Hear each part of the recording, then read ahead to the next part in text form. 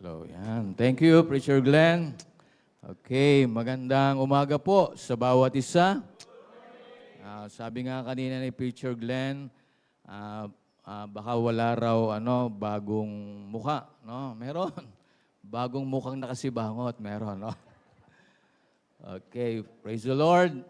March 1, talagang bilis ng panahon. Ay bukas Pasko na naman, no? Parang nakita ko si Jose Maricha na yung paa niya, nakalawit na kagad no? Okay, ganun talaga ang panahon. Kaya salamat, binibigyan tayo ng Diyos ng pagkakataon, panahon, para makapaglingkod pa rin. Amen? Okay, ngayon ay handa na ba tayo makinig? Wow, sige po. Sa aklat ng Epeso, tayong lahat ay tumayo. Sana'y lagi tayong pagpalain ng mga salita ng Diyos sa ating buhay. Yan. Salitan ho tayo ng pagbabasa. One ako, two kayo, and then magtatagpo tayo sa verse 16. Yan po, no? Ang sabi ng verse 1, I therefore, the prisoner of the Lord, beseech you that ye walk worthy of the vocation wherewith ye are called. Kayo po.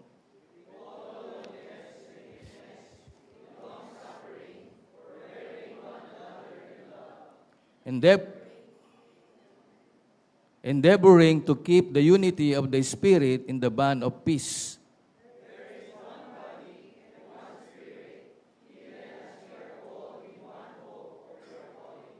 One Lord, one faith, one baptism.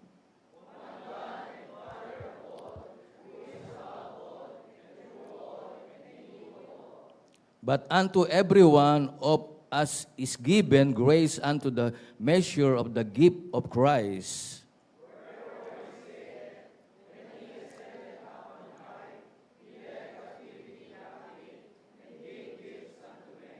Now that he ascended, what is it but that he also descended first into the lower part of the earth?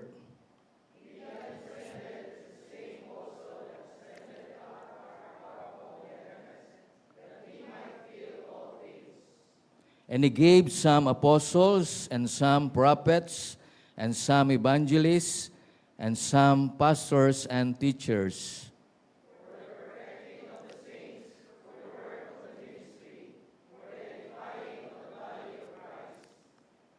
Till we all come into the unity of the faith and of the knowledge of the Son of God, unto a perfect man, unto the measure of the stature of the fullness of Christ.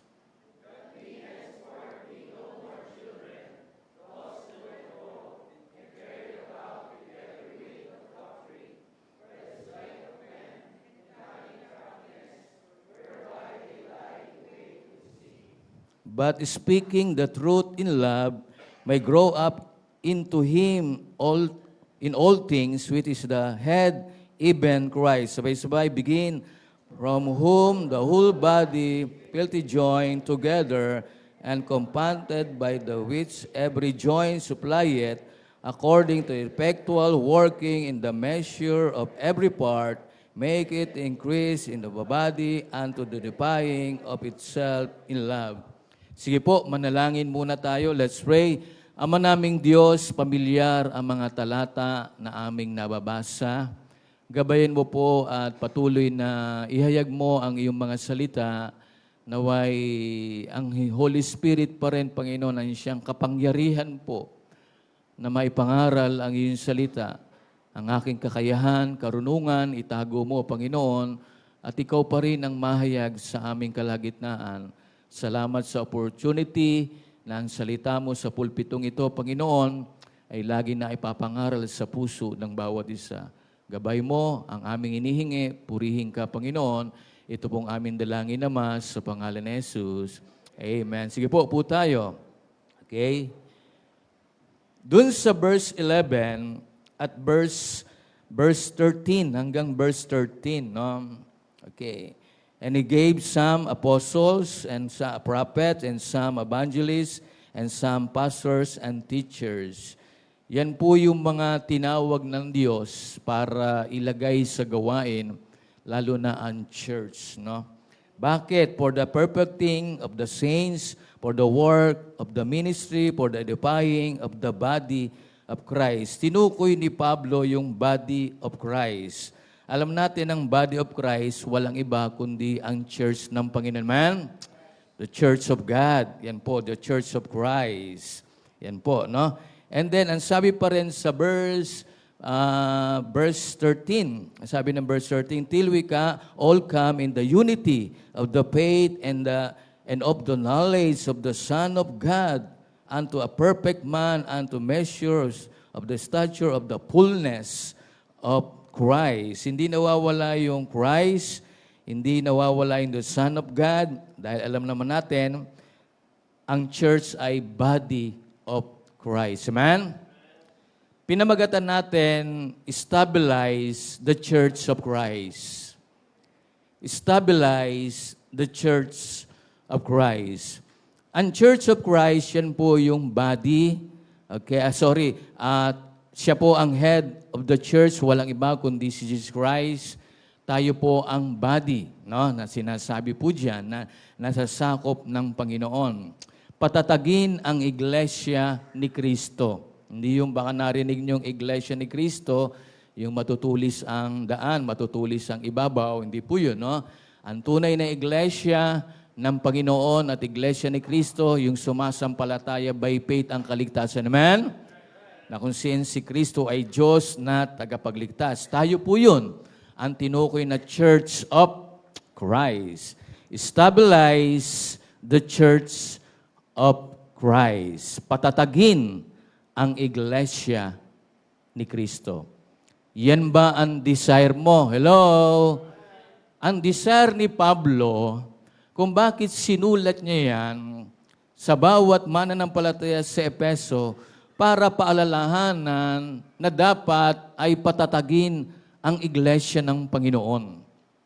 Na kung saan makikita po natin yung mga talatang yan. At alam naman natin ang pinakamay-ari ng Church of Christ, Church of God, walang iba kundi ang ating Diyos pa rin. At ipinahayag yan ni Pablo sa Acts 20. Tingnan po natin, babalikan po natin yung Efeso, Acts chapter 20. Binanggit po dito, okay, sa mga mangangaral, obispo, preachers, o mga leaders, mga mananampalataya. Verse 28, Acts 20:28. Ang sabi ng 28, take heed therefore unto yourselves and to all the flock over the which the Holy Ghost that made you overseers to feed the church of God, which He had purchased with His own blood. Binili daw ng dugo ng Panginoon ang kanyang church. Amen na ba, Ted? Ang sabi, pakaingatan ninyo ang inyong sarili. Kami mga obispo or mga pastors, kami yung pinagkatiwala ng Panginoon.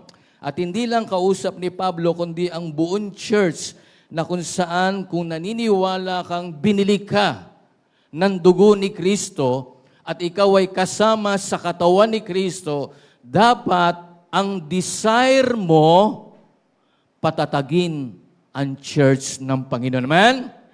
Stabilize the church of Christ. Bakit kailangan lagi natin patatagin ang church ng Panginoon? Doon sa verse 29, pansin sa verse 29 dyan, Acts 20:29. For I know this, alam daw ni Pablo, after my departing, shall grievous wolves, meron daw wolves enter in the among you, not sparing the flock. Ang sabi, meron daw mga wolves na papasok o ganid na lobo, na kung saan ang kawan ay sisirain, ang kawan ay istorbohin, ang kawan ay paglulumitan. Yan yung sinasabing ganid na lobo. Mga kapatid, pag walang pastor pala, sabi nga ng kasabihan, ang pusa, pag wala ang pusa, naglalaro ang daga. Kahit sa mga ibang churches, paring nangyari din sa atin, sa church natin, Merong pwedeng mga ganid na kung saan ay nagiging leader-leader, tumatayong leader, na kung saan ay hindi nila hangad na patatagin ang church. Nagtatayo sila ng grupo, nagtatayo sila ng team-team, nagtatayo sila ng ng mga bagay-bagay na nakakasira sa church ng Panginoon. Kaya sabi, ingatan natin ang ating sarili. Baka tayo rin ang sumisira ng church ng Panginoon. Hindi tayo may-ari nito, binili ito ng Panginoon. Binili ito ng Diyos Ama. Pinambayad niya si Jesus ang kanyang dugo. At ang nangyayari nga, kaya nga sabi ni Pablo, ingatan ninyo, binili kayo ng dugo ng Panginoon, and then pagdating sa verse 29, pag-alis ko, sabi niya, pag-alis ko, may papasok na ganid. Kaya nga mahirap pagka walang pastor talaga eh. Hello? Kaya blessing na dumating ang Bishop de Vega. At nawala ang ating Pastor Eni, kinuha ng Panginoon, at tayo nangangapa kung ano gagawin natin. Pero praise the Lord. Pero alam naman natin, ang calling ng ating bishop, hindi talaga nakapokus sa isang church. At nagabilin siya ng mga leaders, pastor, missionary. Kaya lang ito mga kapatid, dapat ang desire ng mga members, desire ng mga preachers, even ng mga missionary natin, mga kapatid, dapat lagi ang church, ang home church, ay dapat pinatatatag. Amen? Pinalalakas yan. Hindi pinahihina ng mga bagay-bagay na may kanya-kanyang interes, kanya-kanyang grupo. Kaya tuloy humihina ang fellowship, humihina ang gawain. Kasi bakit? Mayroong mga ganid na kung saan gustong tumayo, gustong manguna. Pero mga batid, tandaan natin, iisa lang ang pastor. Amen? At meron tayong pastor lang lahat, walang iba kundi si Jesus Christ. At naglatag ng Panginoon sa bawat local church ng isang mga pastor. Bawat church may kanya-kanyang pastor, mga kapatid. Kaya ito po kaya sabi ni Pablo dun sa Epeso na kung saan ay edifying, pakatatagin niyo ang mga believers, saints. Pagpagtibayin niyo sila. Okay? Kaya tayo mga batid, itong Victory Fundamental Baptist Church, kung hangad ni Pastor Eni na patatagin ng church, even ng Bishop de Vega, ngayon inilagay ang inyong lingkod, at ito na po, ito rin ang desire ng inyong lingkod, patatagin ang ating church. Amen? Hindi kailangan magwatak-watak, hindi kailangan magiwahiwalay, hindi kailangan maggrupo-grupo. Stabilize the Church of Christ. And then, yung mga unang mga mananampalataya sa Acts chapter 2, nung 3,000 souls, alam natin, nung naligtas sila, nabaptize sila, and then, ang ginawa ng mga apostol, kung babasahin niyo yung Acts chapter 2, pinagtibay, dinoktrinahan, nagkaisa, araw-araw, mga kapatid, nagturo ang apostol, mga fellowship, preaching, prayer, and then tinuruan mag-soul winning, hindi tinuruan mag-iwaywala, hindi tinuruan maging tamad, kundi tinuruan, mga kapatid, nung mga unang mga mananampalataya na kung saan maraming naliligtas, mga kapatid, kaya sana tayo rin, stabilize natin ang church ng Panginoon. Patatagin ang Iglesia ni Cristo. Alam mo naman, kung titingnan natin, question lamang, kapag may mga visitors tayo, or mga baguhan, pansin nila yan eh. Kung nagkakanya-kanya tayo. Nandiyan pa ho ba, kapatid? Sanahin natin kapag may mga bisita, kausapin po natin. Lapitan natin. Kamayan natin. Para maramdaman nila na tayo ay mga kapatid, church ng Panginoon. Amen? Alam nila yan. Kahit mga unbeliever yan, walang alam sa mga spiritual na bagay yan. At nakapasok yan ng church, nag-o-observe din yan. Kahit ako, maraming beses na nakakapag-observe ako. Lagi ito na lang kausap, ito na lang pinupunta, ito na lang kadikit. Mga kapatid, hindi ganun ang patatagin ng church. Hindi tatatagan church, mga kapatid. Nadidivide, nasisira. Even ng mga unbeliever na, ang sabi ng Bible, idinadagdag sa iglesia, araw-araw yung mga naliligtas. Hindi lang sila nagsosoul winning, kundi mga kapatid, talagang kinakausap nila. Kahit yung mga dati na dumadalo at ngayon nandyan, kausapin natin, amen? May mga bago, mga nawala ng ilang linggo, tinatapig ko yan sa balikat, minamasahe ko yan, kinakamusta ko yan. At minsan pinapalo up ko yan, mga kapatid, at tinatanong ko yan. Kasi bakit? Yun ang paraan para mapatatag natin ng church, amen? Iwasan natin yung kanya-kanya. Hindi tatatag ang victory, mga kapatid. At pagka nangyari yan, hindi ko lang kung mga nangyari na yan, maraming drama siguro mga nangyari sa buhay natin. Kapatid, hindi tumatag ang church. Kaya ngayon, stabilize natin ang church ng Panginoon. Tinuturo ng Epeso, mga kapatid, magkaisa tayo sa Espiritu. Dahil ang church mismo, Matthew 6:18, I will build my church. Amen? Kahit ang pintuan ng impyerno, hindi makakapanaig sa church ng Panginoon. Ang iglesia ay tunay na na-save talaga, binili ng Panginoon, yan church na yan, na tunay na church, kung kinikilala mong ikaw ay mananampalataya, dapat ang church na dinadaluan mo, church na kung saan nabaptize ka, dapat yon ang pinatatatag mo. Amen? Hindi misyon, hindi ibang church, hindi ano paman, kundi ang pinatatatag natin, sarili natin church. Amen? Stabilize. Baka meron pa nga sa atin na dalawang mukha. Baka loyal sa church niya, tapos loyal din sa ibang church. Hindi ganon, mga kapatid. Kung saan tayo nabibilang, kung saan tayo tinawag ng Diyos, kung saan tayo nabaptize, nakakilala sa Panginoon, at kung saan tayo nagagamit ng Diyos, dapat ikaw mismo ang gumagawa ng paraan papaano ko patatatagin ang aming church. Hindi ibang church, kundi church mo. Church natin. Hello, may kausap pa ba ako, mga kapatid? Stabilize the Church of Christ. Ngayon, tatlong bagay po ito. May katanungan, what are the goals? Pakilagay mo dyan bago sa ibabaw ng puntos. Ano yung purpose mo sa church?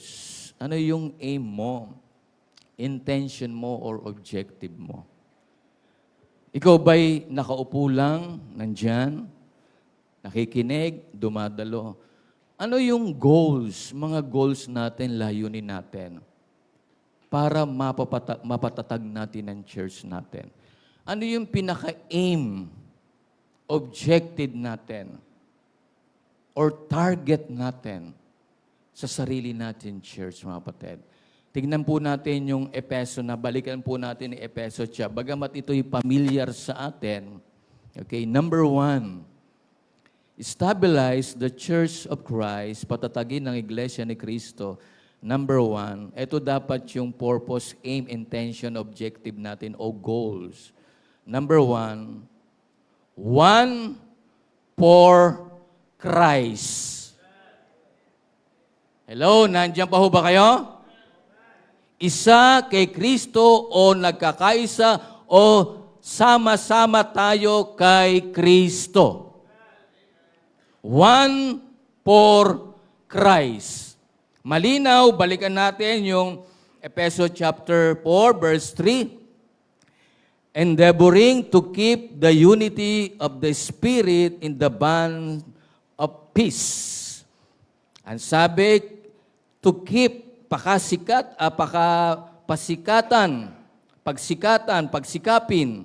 ingatan, magkaisa sa Espiritu, tali ng kapayapaan. There is one body and one Spirit, even are called in one hope of your calling, one Lord, one faith, one baptism. And sabi, verse 6, one God and the Father of all, who is above all and through all and in you all. Pansin niyo yung verse 7. But unto every one of us is given grace according to the measure of the gift of Christ. Meron daw binigay na gift si Kristo sa church. Bawat isa, binigyan tayo ng kanya-kanyang talento, husay, galing, dunong, hindi para maghiwa-hiwalay, hindi para magtalo-talo, hindi para magpagalingan o magpahusayan. Kaya nga yung word nandyan yung one eh. One. Everyone. Bawat isa. Kung may talent ka, kung may husay ka, kung may galing ka, huwag mong ipagmamalaki sa iba na walang husay at galing. Bagkus, turuan mo pa nga sila. Bagkus, ishare mo pa nga sa kanila. Minsan ang nangyayari, kami ang mahusay, kayo mahusay, hindi kayo magaling, kami magaling kami. Mga kapatid, hindi binigay ang gift ng Panginoon sa buhay po natin para tayo po ay mapahina.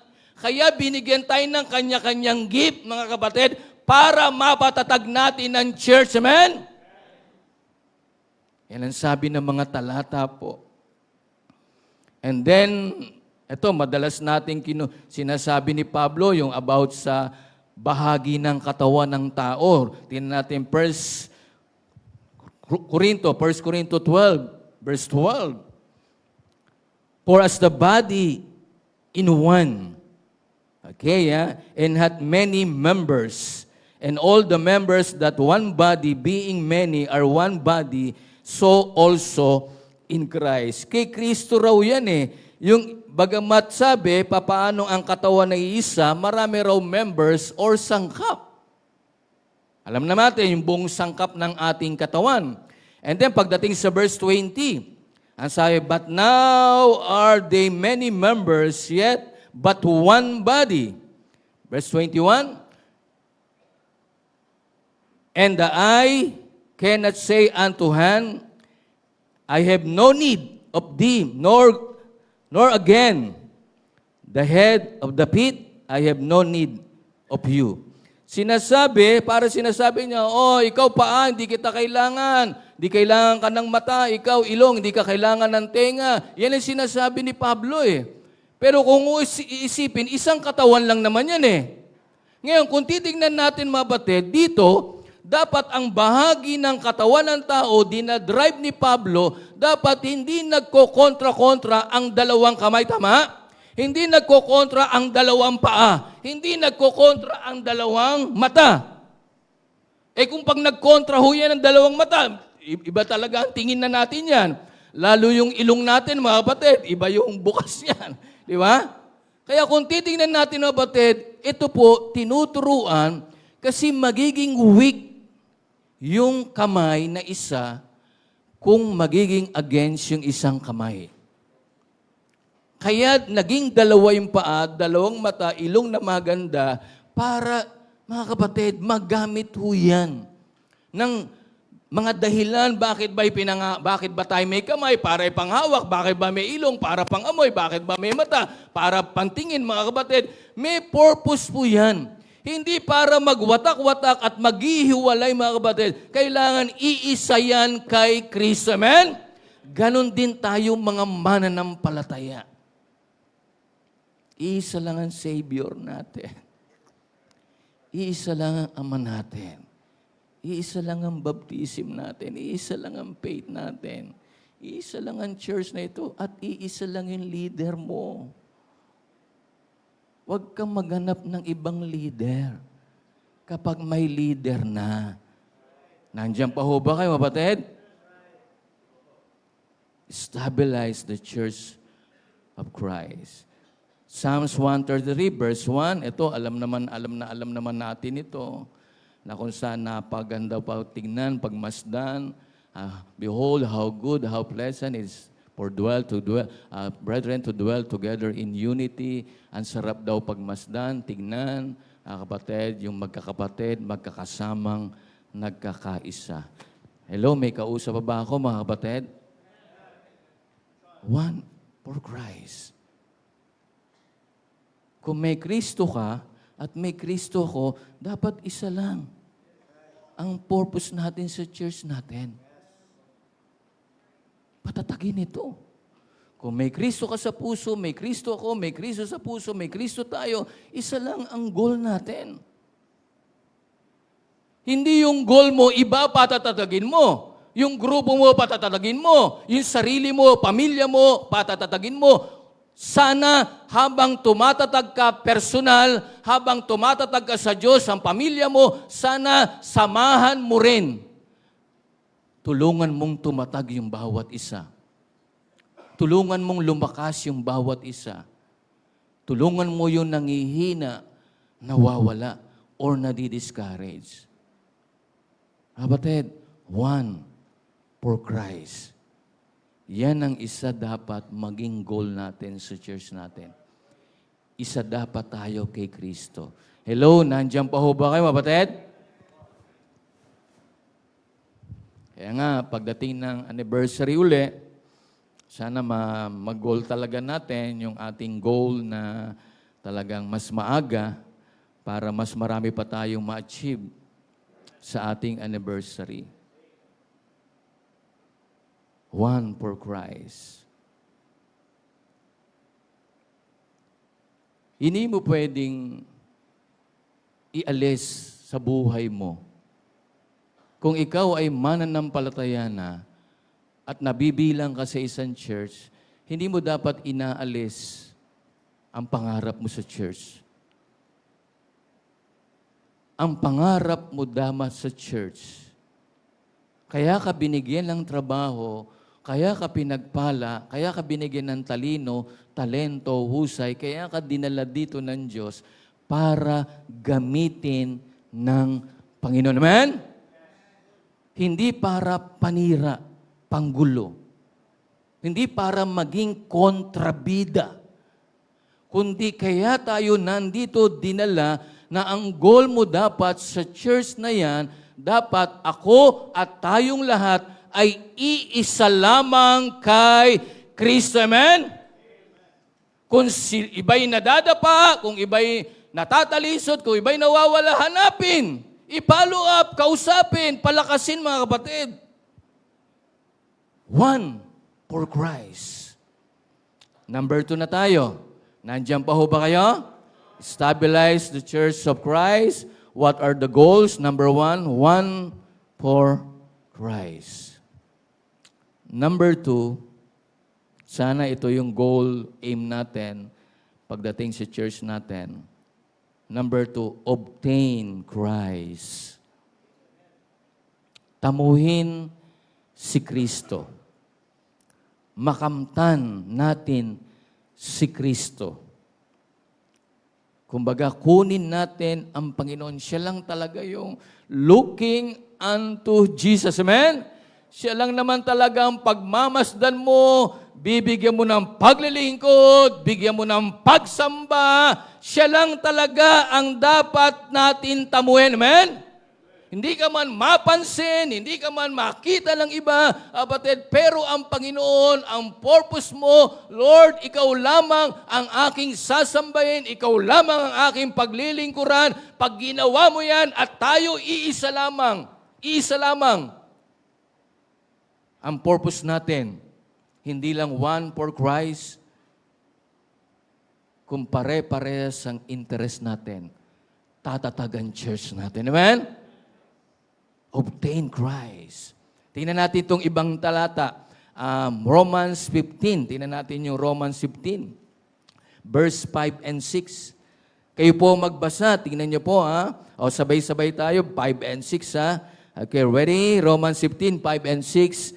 Okay, begin. Now, the God of patience and consolation grant to be like-minded, one toward another according to Christ Jesus. Verse 6, that ye may win with one, ano raw? One mind, ano raw? One mouth. Glorify God, even the Father, our Lord Jesus Christ. Ang sabi sa verse 6, that ye may with one mind, one mouth, glorify God. Isa lang ang dapat maging pag-iisip natin. At isa lang ang lumalabas sa mga bibig natin. To glorify God. Hindi para magpasikat. Hindi para pumapel ng pumapel para lang mapansin. No. To glorify God. Isa lang ang dapat tumatakbo sa isip natin. At isa lang ang lumalabas, isang bibig lang tayo. Pag pare-parehas ang bibig, o ibig sabihin, pag iba-iba ang lumalabas sa bibig natin, hindi tatatagan church. Isa lang. Hindi mo pupurihin si ganon na ganon para lang hanapin, hindi nila ako pinuri. Hindi ganon.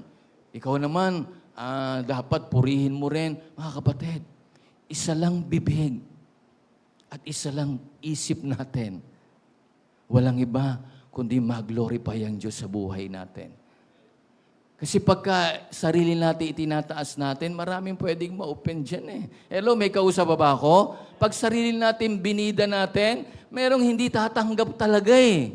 Kasi baka, mas magaling ako sa kanya eh. Bakit inaangat niya sarili? Mas mahus. Mga kapatid, walang ganun dapat eh. Pero kung isang bibig ang lumalabas lang, Lord, para sa iyo to, Panginoon, hindi man ako mapansin, hindi man ako i-appreciate, hindi man ako palakpakan, hindi man ako mapunaman, hindi man ako batiin, kapatid, ikaw ang aking gusto makamtan. Ikaw ang gusto ko luwalatiin. Kasi kung kanya-kanya tayong isip, kahit nga sa meeting, magkakagulo pag kanya-kanyang isip eh. Lalo kung kanya-kanyang suggestion, kumbaga, iba-ibang salita. Kapatid, hindi nararapat. At hindi natin inaalis yung dunong masasabi ng iba. Pwede ho yan. Pero kung halimbawang hindi natupad ang ating suggestion, hindi nangyari yung gusto natin, walang dahilan para ikaw ay magtampo. Hello? Dahil gusto natin makamtan ng Panginoon eh. Gusto natin siya mapaglingkuran at masamba. O, balikan natin yung Efeso chapter 4, verse 13. Ang sabi ng talata, till we all come in the unity of the faith. Ang sabi ni Pablo, sana maabot natin yung pagkakaisa raw ng pananampalataya. Yan ang desire ni Pablo sa mga churches, magkaisa sa pananampalataya. And the knowledge of the Son of God. Makilala ng mga believers, mananampalataya, ang anak ng Diyos. Hanggang sa maging perfect daw na tao, kumbaga yung kapuspusan ni Kristo, stature of the fullness of Christ, kumbaga yung pinaka-build ng katawan ng tao, kumbaga sa isang bata na lumalaki, medyo lampa pa yan. Hanggang sa maging teenager, medyo nabibuild na yung muscle niyan, yung balikat niyan, tuhod yun. Hanggang, yun pala yung church. Ang gusto ng Panginoon, kapatid, even si Pablo, yung church na kung saan binili ni Jesus, ay maging tulad na perfect man, amen? Na kung saan yung whole body, kumbaga, kumbaga yung mata niya, maayos na, hindi na parang batang mata. Tulad sa boses, di ba, pagka nagbibinata, ay 12 years old, kala mo ay, dati, boses bata, nung 8 years old, nung naging 12 years, medyo boses mama na. Kumbaga, pero pagka boses bata, medyo hindi pa. No? Dito, mga kapatid, gustong iparating ni Pablo, mga kapatid, yung kabuuan ng Panginoon, yung kaperpikan ni Kristo, ang sana maabot natin yun, amen? Makuha natin yung bawat isa. At hindi pwede, mga kapatid, na ito, na kung saan iba yung tatamuhin mo, dapat matamu mo ang Panginoon. Kapatid, tandaan niyo po, pag sa church tayo, lagi yan, iisa lang kay Kristo. Iisa lang ang focus ng mata at puso natin. Walang iba kundi ang Panginoon. Hindi pwedeng, sabi ko nga sa inyo, hindi ka pwedeng maglingkod sa dalawang Panginoon. Hindi pwedeng dalawa ang i-glorify mo. Hindi pwedeng dalawa ang church na paglilingkuran mo. Kapatid, isa lang po. Di ba, maraming church. Yung tithes ng ibang miyembro, kinukuha ng ibang church. Mali yun. Kung saan kang church, doon ka dapat nagtatides. Kung saan dapat miyembro. Ewan ko sa mga tao na yan, bakit kinukuha nila yung tithes ng ibang mga miyembro. At dapat pinipigilan yun. Hindi tatatag. Ang isang church, mga kapatid, magiging problem yan. Kapag napupunta yung tithes, kahit nga simpleng mananampalataya, pag hindi nag-tithes, apektado talaga ang church. Sama? How much more kung sa iba ka nag-tithes? Mga kapatid, isa lang ang i-glorify natin. Tamuhin mo para maging matatag ang church natin. Hello, may kausap pa ba ako, kapatid? Obtain Christ. And then yung pagmamahal ni Kristo. Tingnan po natin Ephesians chapter 5, verse 2. Ang sabi po diyan, and walk in love, as Christ also had loved us.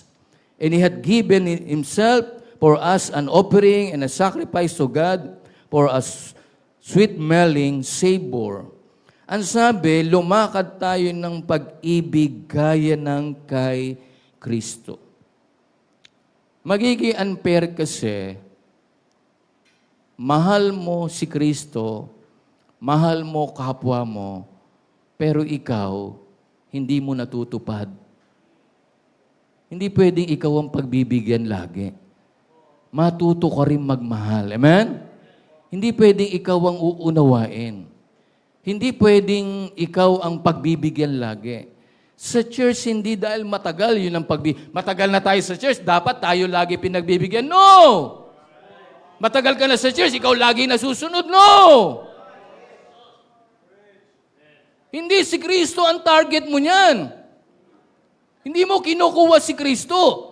Gumagawa ka ng teritoryo mo. Gumagawa ka ng kuta mo. Gumagawa ka ng kaharian mo. Mali! Kaya nga sabi ni Bishop, may mga pastor na ang tinatayo, imbis na church talaga, ang tinatayo nila kingdom of man, hindi kingdom of God. Kahit sa church, huwag tayo magtatayo ng kingdom natin. Iisa lang ang kingdom natin ng Diyos, amen? Burahin, gibain natin, i-break natin o yan. Isa lang ang tamuhin natin. Papaano natin mag-glorify, maluluwalhati ang Diyos sa buhay po natin. Pagdating sa verse 20, Efeso 5 verse 20, anong sabi diyan? 5:20. Giving thanks always for all things. Ang sabi diyan, giving thanks always for all things unto God and the Father in the name of our Lord Jesus Christ. Laging magpasalamat sa lahat ng bagay. Kanino ka raw magpapasalamat? Sa ating Panginoong Hesukristo, mga kapatid at Ama. Amen? Wala kang ibang luluwalatiin, pasasalamatan mga kapatid, kundi ang ating Panginoong Hesukristo lang. Si Pablo, di ba, minsang nag-aral na tayo, lahat ng accomplishment, achievement niya, lahat ng meron siya, tinuring niyang dumi ng tao. Philippians chapter 3, verse 7 to 8. Okay, sa Tagalog natin, tingnan natin sa Tagalog. Philippians chapter 3, verse 7 and 8. Ito po yung bago niya sabihin niyang verse 7 and 8. Bidin na niya sa mga tao, doon sa taga-Philippians, eto ko, lahi ako ni Benjamin, Hudyo ako, pagdating sa law, mahusay ako, pagdating sa religion, talagang faithful ako, panati. Yan sinabi niya eh. Pero sabi niya, lahat ng meron ako, gayon mang bagay sa akin ay pakinabang. Sabi niya, pinakinabangan ko yan. Yung yaman ko, pinakinabangan ko, kasikatan ko sa mga Pariseyo. Batas, alam ko, pinakinabangan niya, sabi niya eh. Hindi yung katanyagan niya, pinakinabangan niya. Yung lahi na kung saan, Hudyo siya, galing sa kay Benjamin, pinakinabangan niya yan. Humanga ang tao dyan, bumilib ang tao dyan, yumakap ang tao dyan sa mga luma niyang paniniwala. Pero sabi niya, inari kong kalugihan. Di baling mawala sa akin yan, alang-alang kay Kristo. Amen? And then, pagdating sa verse 8, inulit niya, ano sabi sa Tagalog, verse 8, oo nga, lahat ng bagay inari kong kalugihan, dahil sa dakilang kagalingan ng pagkakilala kay Kristo Jesus na Panginoon ko, na alang-alang sa Kanya'y tiniis ko ang kalugihan ng lahat ng mga bagay, inari kong suka lamang. Alam natin indang eh, walang dumi, walang kwenta, upang tamuhin si Kristo. Hello, nandiyan pa ho ba kayo? Walang kwenta ang lahat sa buhay ni Pablo. Ang importante sa kanya, makamtan niya ang Panginoon sa buhay niya. Paano niya ito paglilingkuran, paano niya ito pagsisilbihan, sasambahin, dadakilain, gagawin ng lahat sa buhay niya, mga kapatid. Lahat yan. Obtain Christ. Pag kayo po ay nagmalaki at nagmapuri, huwag niyo na ibigay sa sarili niyo. Huwag niyo na ibigay sa ibang tao. Biblical ba yung pastor? 2 Corinthians 10:17. Bago ko bigay yung last point. 2 Corinthians 10:17. Hindi yung masama mag-appreciate ng tao po, ha? Hindi masama na mag-angat ng tao kung ito ay the best yung ginawa niya, hinangaan mo, pinuri mo, pinasalamatan. Pero kung madalas daw tayo pupuri, ang sabi ng tala, but he that glorieth, let him glory in the Lord. Kung ikaw daw ay magmamapuri, ang sabi, let him glory in the Lord. Amen? Kung lalabas sa bibig mo ang pagpupuri, ang uunay mo raw pagpupuri at pasalamatan, walang iba kundi ang Diyos lagi.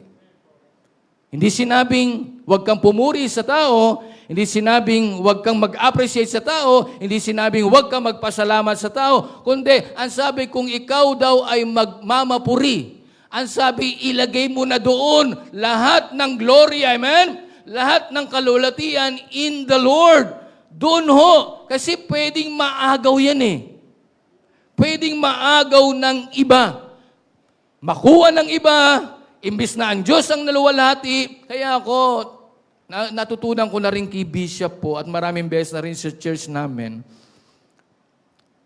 maingat magbanggit ng pangalan.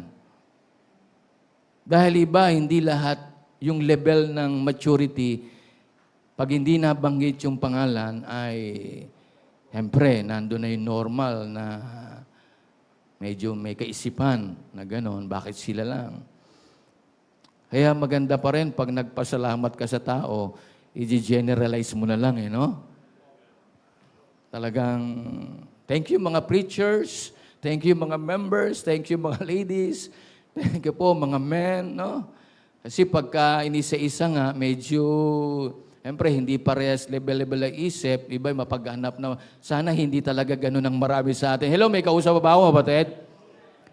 Kasi hindi ka man makita o masabi yung pangalan mo, dapat si Kristo talaga ang tinatamo ng buhay mo. Hindi ka naman naasa sa sabi ng tao eh. Hindi naman sila magre-reward pagdating ng araw eh. Si Kristo pa rin na magre-reward sa atin, amen? Si Kristo pa rin na magbibigay gantimpala kung anong ginawa mo sa church mo.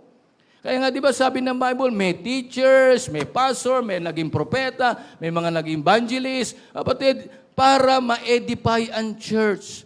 Na kung saan iisa lang ang purpose, layunin, mga kapatid, si Kristo, one for Christ, Number 2, obtain Christ.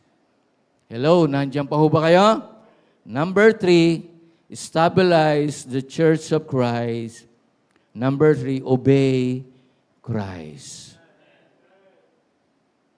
Sumunod kay Kristo, pasakop kay Kristo, sundin natin lagi ang Panginoon.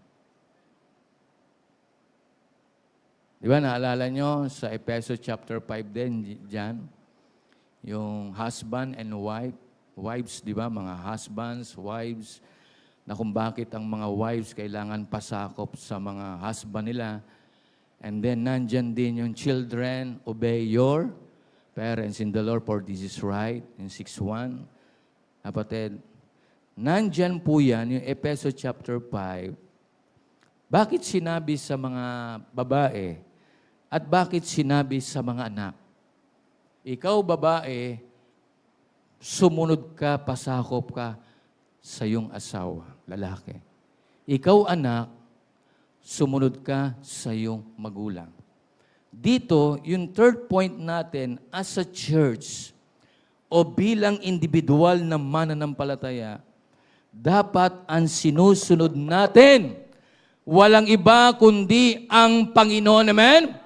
Ikaw ay anak, Diyos mo yan. Ikaw ay anak ng Diyos, meron kang Ama sa langit. Dapat bilang anak ng Diyos, tayo po ay maging masunurin sa Diyos. Maging masunurin kay Kristo. Si Kristo lamang ang talagang unang-unang susundin natin.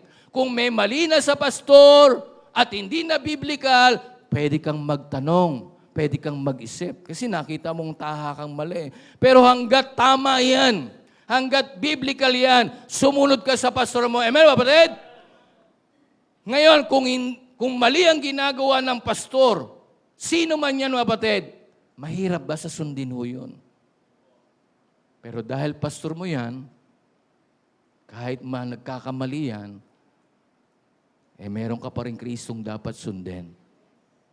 Bahala ang Diyos ang humataw sa mga leader. Basta ikaw, miyembro ka, kung sinisira, halimbawa sinisira ng preacher, mga preacher, yung church, miyembro ka, sundin mo pa rin si Kristo. Kung sinisira ng pastor mo, sundin mo pa rin si Kristo. Kung sinisira ng mga missionary in church, sundin mo pa rin ang Panginoon. Ang pinupuntos ko rito, mga kapatid, yung obligasyon natin. May kanya-kanya tayong responsibilidad, accountability. Isang araw, haharap sila na sumuway. Isang araw, haharap si pastor. Isang araw, haharap ang mga missionary. Isang araw, haharap tayong lahat, mga kapatid. Magsusulit tayo isang araw kung anong ginawa natin sa katawan natin, sa buhay at puso natin. Ngayon, obey Christ. Kaya nga yung tingin-tingin sa tao, wala, hindi ka talaga, hindi ka i-bless pagka sa tao ka talaga titingin. Madalas matitisod ka, ma-open ka, hindi ka susunod kasi pagka lumabag na rin sila, di lalabag ka na rin, hindi, mga kapatid. Si Kristo pa rin ang Panginoon natin. Kaya dyan sa chapter 4 na yan, binanggit pa rin si Satan po dyan. Efeso 4:27. Okay? Dahil alam natin ang diablo, neither give place to the devil, wag daw natin bigyan ng daan ng diablo. Bakit, mga kapatid? Sa church, hindi pwedeng hindi dadaan ng diablo. Sa church, hindi pwedeng gugulo ang diablo yan. Sigurado sisirain niya yan. Wawasakin niya yan. Tama ho ba, mga kapatid? At may mga gagamitin na mga mananampalataya, even ang leader gagamitin, mga kapatid, ng kaaway. Kaya tayo mag-ingat tayo. As a leader, mga preacher, o may mga missionary, pastor, lahat tayo mga mananampalataya. Hindi ako excuse isang araw na pwede rin akong gamitin ng diablo. Kaya kailangan, sabi ni Pedro, mag-ingat kayo, mapagbantay kayo. Dahil ang kalabang leon na umuungal, umahanap ng masisila, kapatid, pwedeng dumaan ang diablo sa buhay natin para hindi mapatatag ang church ng Panginoon. Kaya nga, di ba, pababa? Yung talata dyan sa pababa na yan? Ano yung verse pa dyan? yung verse 28. Tingnan natin Efeso 4:28. Ang sabi ng talata, let him that steal no more, but rather let him labor working with the hands of the things which is good, that he may have to give to him that needed. Yung mga magnanakaw, ang sabi, wag nang magnakaw pa, kundi magpagal. Kung i-specific mo yan, wag ka magkakapera dahil sa masamang paraan. Nagkapera ka dahil di ka nag-tithes. Wag nang magnakaw yung mga magnanakaw. Nakita niyo yung sinasabi ng talata na yan? Magpagal kung ano yung kailangan. Ang Diyos ang magpo-provide ng kailangan natin. Huwag mong i-steal ang tithes mo. Hello, nandiyan pa ho ba, batid? Huwag mong nakawin ng para sa Diyos. Huwag mong nakawin ng hindi para sa iyo. Huwag mong galawin ng hindi para sa iyo. Kung gusto mo magkaroon, magtrabaho ka rin, mag-labor tayo. Magsikap tayo. Sinasabi ni Pablo yan, bakit? Meron din mga, kaya sinabi ni Pablo yan, kasi may naatake ang diablo po dyan, mga batid. Baka iba, material things na lang yung hawa, target nila, hindi na para patatagin ng church. And then pagdating sa verse 29, anong sabi ng 29? Anumang salitang mahalay, let not corrupt communication proceed out of your mouth. Sabi, wag sanang lumabas sa bibig natin ng mahalay, kundi sabi, but the which good to the use of edifying, that is may minister grace unto the hearers. Sana mapapakinabangan yung mga nakikinig. Kapatid, eto po, hindi natin namamalayan. Sumisira to sa church ng Panginoon. May kausap ba ako? Kayang sumira daw ng buong gubat ang dila ng tao. Kahit gaano pa ka-close ang dalawang tao, pag pumasok ang pangatlong tao at naniwala yung dalawa na yan, na close na yan, mahihiwalay ang dalawa na yan. Dahil sa dila. May kausap ba ako, kapatid? Ingatan natin yung mga sinasabi natin. Ingatan natin yung mga dila natin. Huwag lalabas ang mahalay sa bibig natin. Hindi lang naman, kala natin, mura lang ang sinabi niya. Mahalay, nagmura ka, nagkwento ka ng bastos. Hindi lang o yan. Kasi yung naging mataray ka, at tapos hindi naintindihan ng iba, siyempre, mami-misinterpret ka talaga nila eh. Pero kailangan, bawasan natin yung katarayan, yung tapang. Bakit? Kasi minsan yung emosyon, lalabas talaga yan eh. Na hindi mo makokontrol yung dila mo at yung tagapakinig, hindi ka rin maintindihan. Kung sabihin mo, sinabi ko lang yan. Paano narinig na nga nila eh? Kaya nga, ganun na lamang, kaya nga may ngipin yan eh. Para ipagtanggol, o big sabihin, para i-cover ho yan. Yan dila na yan. Hello, nandiyan pa ho ba, kapatid? Huwag lalabas sa mahalay sa dila po natin. Lalo pa yung mga bad words na yan, mga kapatid. Mga marites na yan. Mga paninira na yan. Mahirap yung marami lang sa church, pero ang daming sinasabi. Ang dami nga natin, laki lang nga natin na attendance natin, pero kanya-kanya tayong salita. Sabi ko nga sa miyembro doon sa amin, may dala silang si Sir Ani, may dalang pamatay lamok eh. Kasi nga malamok ron. Pinigilan ko yung nanay, huwag niyo na akong patayin yung lamok. Sayang, dagdag attendance, tinuyan. Puti pa yung lamok, lagi nasa church eh, no? Dito, wala na yatang anay, no? Wala na bang anay? Literal lang sinasabi ko, ha? Hindi yung tao po, no? Sana nawala na baka anay tayo dyan. Hello? Sana hindi tayo anay ng church. Gumasos, laki nga ng gastos ng church, diba? Para lang mawala yung anay. No? Kung pwede nga lang tayo gumasos sa mga miyembrong may anay, paalisin na natin. Joke lang po, joke lang. Joke lang. Mga kapatid, obey Christ.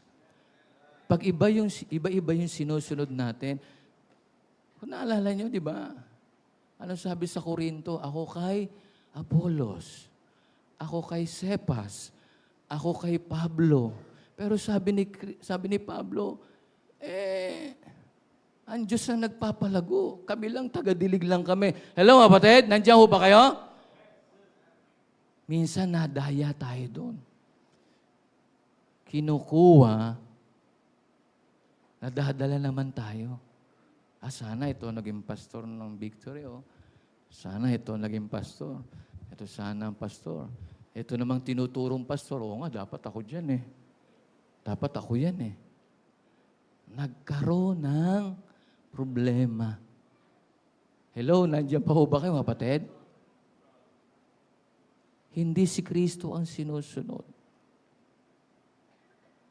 Pag meron ng inilagay na pastor sa church, yun na talaga yun. At isa ko sa mapalad. At alam ng Diyos yan, hindi ko inisip. Nung nawala si pastor, hindi ko inisip, ako na ang susunod. No. Maaaring iba nag-isip. Pero hindi ko iniisip. Sundon ko lang ang misyon ng Diyos. Tuloy lang. Magsi 6 years na, tama, Pastor Ene, no? Tunjun. Sundin ko lang ang Panginoon. Diyan ako tinawag, diyan ako dinala, tatsaga. Kaya nga, pagdating sa paglilingkod, never, kami may usapan po ni Pastor Ene, walang pwedeng kumuha ng miyembro sa miyembro. At kailan hindi ako kumuha ng mga mananampalataya sa Victory. At kung ayaw sa Victory, hindi ko tatanggapin at pupunta sa Buloy. No, may usapan kami. Di baling, wag lang masira ang relasyon namin ni Pastor. Amen? Yun ang aming pag-uusap. Kaya hindi ko inangad. Na kung may pupunta man, abatid, tatabuhin ko, i-reject ko. Dahil ayoko magalit ng pastor. Ang senior pastor. Iba, tinatanggap lang eh. Mga kapatid, kaya pag may dumalo, nagigilty ka agad ako, bagamat wala naman siguro, galing sa ibang bansa, dumalaw lang sa amin, miyembro, at isang beses, sabi ko, teka muna, nagpaalam ba kayo? Maingat ako ron. At yung iba, hindi naging maingat doon. Pagkukuha ka ng tao sa home church mo, at ikaw ay magiging loyal sa ibang church, humihina ang church ng Panginoon. Hello, nandiyan ba ba, kapatid? Kaya dapat patatagin natin. Hindi pwedeng, kapatid, kaya sa pag-uusap namin, wala kaming hinangan di Pastor Eni, kundi mapatatag, magkaisa ang gawain. Kaya nga pagka meron siyang nararamdamang problema, siyempre may mga kausap din kapwa pastor, naririnig ko, ito po yung kailangan, ganito, ganito. Narinig ko. Dahil gusto niya lumakas, tumatag ang gawain. At salamat, nandyan ang ating mahal na Bishop De Vega. Obey Christ. Sa Korinto, tao ang madalas nilang sinusunod. Tayo, tao ba talaga ang sinusunod natin? Kapatid, si Kristo. At dyan din sa chapter na yan, patapos na ho tayo, napipigati sa verse 30 ang Holy Spirit kapag ka nagkakaroon tayo ng kasalanan at problema. At sa verse 31, let all bitterness, pag pumasok ang bitterness, yung wrath, yung anger, yung clamor, evil speaking, be put you from you with all malice. Kapag pumasok ang masamang akala, kadaldalan, ang sabi mga kapatid, napipigati ang banal na Espiritu. Question, dito ko tatapusin. Pag nakakaramdam kayo ng problem sa church, naapektuhan kayo, yes or no? Napipigati kayo, yes or no? How much more ang Holy Spirit? Baka naman sabihin mo pa, daig kita, Holy Spirit. Hindi natin madadaig ang Holy Spirit. Pagdating sa damdamin, pagmamalasakit, pagdating sa talagang pagmamahal. Kung ikaw nga, apektado ka pag naapektuhan ng may nangyari sa pamilya mo, may nangyari sa church, apektado ka, napipigati ka. How much more ang Holy Spirit? Kaya pag pumasok ang bitterness, galit, inggit, puot, paghihinala, malisma, masamang isip, masamang akala, isa po ang naapektuhan sa puso at buhay natin. Even ang church na may-ari, ang Panginoon, ang Holy Spirit, ang apektado dyan. Kaya nga gusto ng Holy Spirit, patatagin ng church. Pero tayo, kaya isuko po natin yung dapat isuko po. Stabilize the Church of Christ. Obey Christ. Kung gusto natin mawala ang problema lagi, bagamat may mga difference ang attitude natin, may ibang ugali natin, pero kung susunod tayo kay Kristo, mapapatatag natin ang church na ito. Sige po, tayo po yumuko at manalangin. Dakilang Panginoon, napakamahal ng binili mo sa church mo, Diyos. Hindi bagay, pera ang naging halaga ng church, kundi ang iyong dugo, ang iyong pinuhunan dito. Tumawag ka, Panginoon, ng mga lingkod mo, mga propeta, mga apostles, mga evangelists, mga pastors. Iniwan ang kanya-kanyang buhay para lang mapatatag ang church na binili mo. Tulungan mo kami, Panginoon, ng church na merong kami ngayon. Iisa lamang po sana ang aming goal dito. Isa lang po sana ang aim namin, Panginoon. Ang intention namin ay patatagin ng iyong church ang bawat isa. Kausapin mo kami, Panginoon. Habang tayo nakapikit, habang tayo na kayo,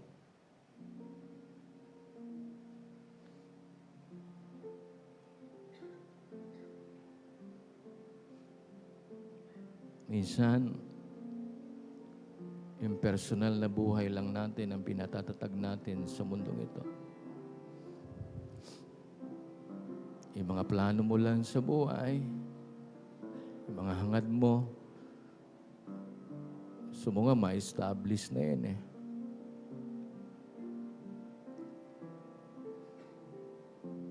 Kahit sa pamilya natin, ayaw natin may mahina, ayaw natin nawawala, nalilihis.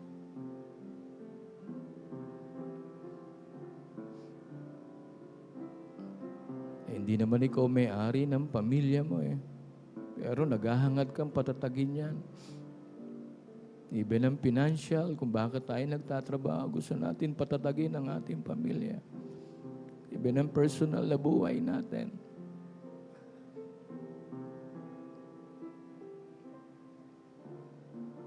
Pero ang church ng Panginoon,